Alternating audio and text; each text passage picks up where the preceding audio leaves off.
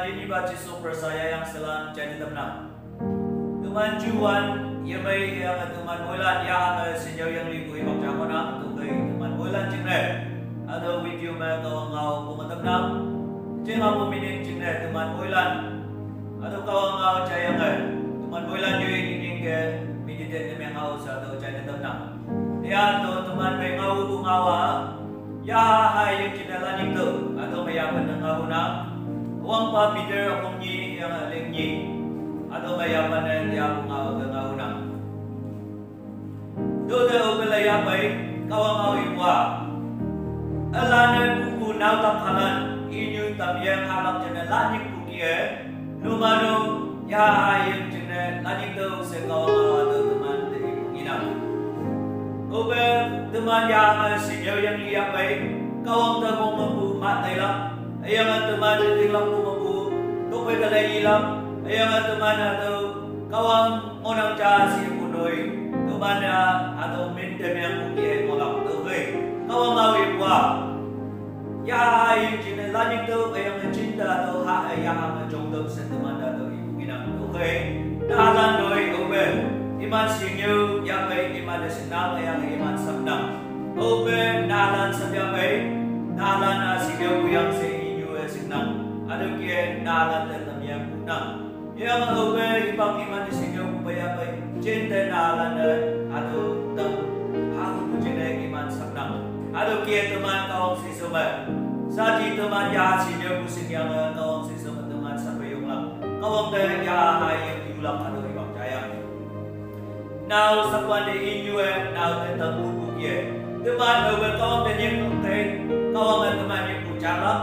Ayah kawang teman de sisiau lah, ayah teman Yaha itu yang ada, itu yang ada teman ke anak orang tu ke, ni pibu yang ada teman Yaha yang tidak sanjang lah kalau tu ini nak.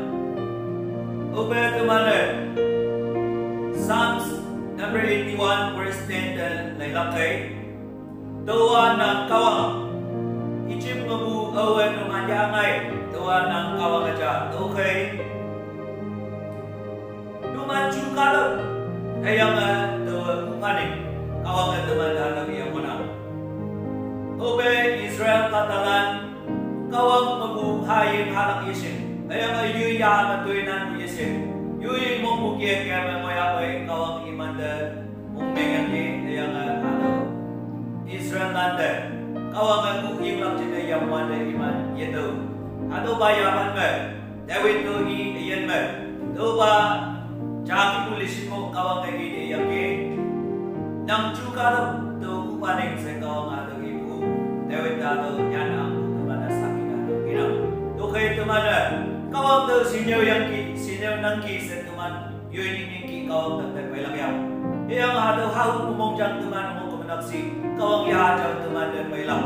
Obe ya jauh teman terpelang kay, teman saji ya sinyo pusing lang, ayam anjing debu yang jenah. Yang ni bibu yang teman kau ngau cai ulang, yang lo ulang, yo berkembung ngau ulang, ada lili teman Yaha, ada wangan moye, mo temlapa kau mana, okay? Teman yo kumnaksi kau teman dekat yang teman mumpung ye sintai mana, teman yang dikuat ye teman Yaha mo temlap mana.